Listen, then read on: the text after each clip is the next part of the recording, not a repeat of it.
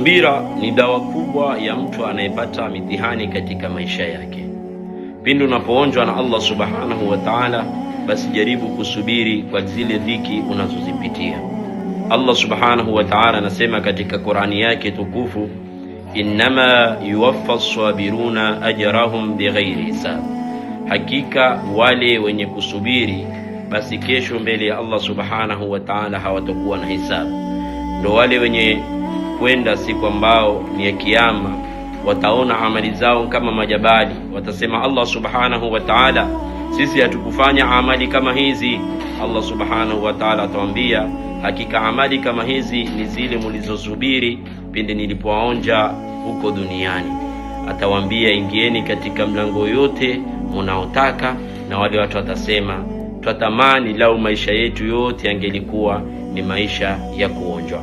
Kwa hivyo ukipatikana na mitihani, subiri na umregelee Allah subhanahu wa ta'ala. Mimi nimekukumbusha, na wewe mkumbushe mwingine. Addalu ala alkhairi kafailihi, fi amanillah.